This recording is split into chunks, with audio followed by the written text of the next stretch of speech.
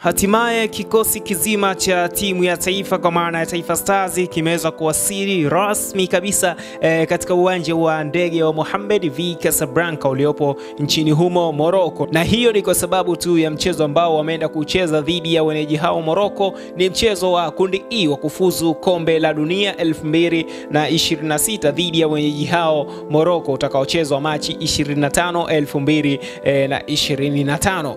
Na kweli kabisa kama ukiangalia ni kwamba full kikosi yani kikosi kizima kimeweza kujikamilisha, hasa maana ukiangalia wachezaji waliokuwa humo wengi ni wachezaji ambao wanafanya vizuri kabisa katika vilabu vyetu vya hapa nchini Tanzania, nikimaanisha Azam, nikimaanisha wachezaji ambao wametokea Simba, wengine wametokea Yanga, wengine wametokea Singida. Ni wachezaji wengi sana ambao wamehusishwa katika timu hii ya taifa, na hiyo ni kwa sababu tu ya kwenda kuiwakilisha vizuri kabisa taifa letu hili la Tanzania kwa kupitia timu hiyo ya taifa. Na ukiangalia wachezaji wote wametamatika, wengi wao wameshazoea kucheza timu hiyo ya taifa, lakini kuna mmoja mchezaji ambaye imekuwa ni mgeni kabisa katika kucheza timu hiyo ya taifa. Hapo namzungumzia Yusuf Kagoma, mchezaji wa Simba Sports Club.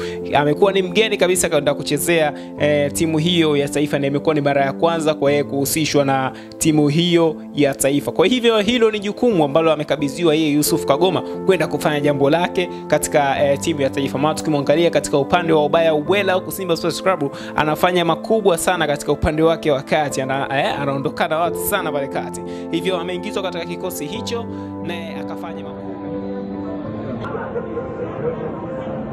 Bas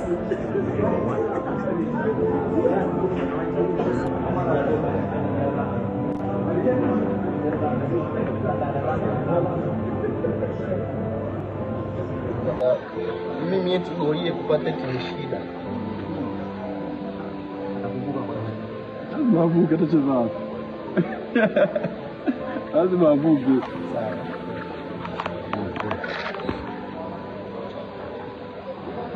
Wale Siduki.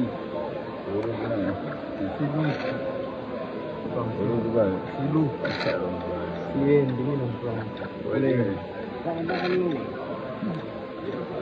Nyanyuki ni wewe.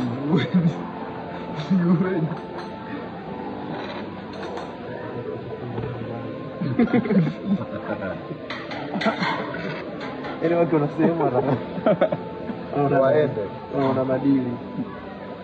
Awache wana.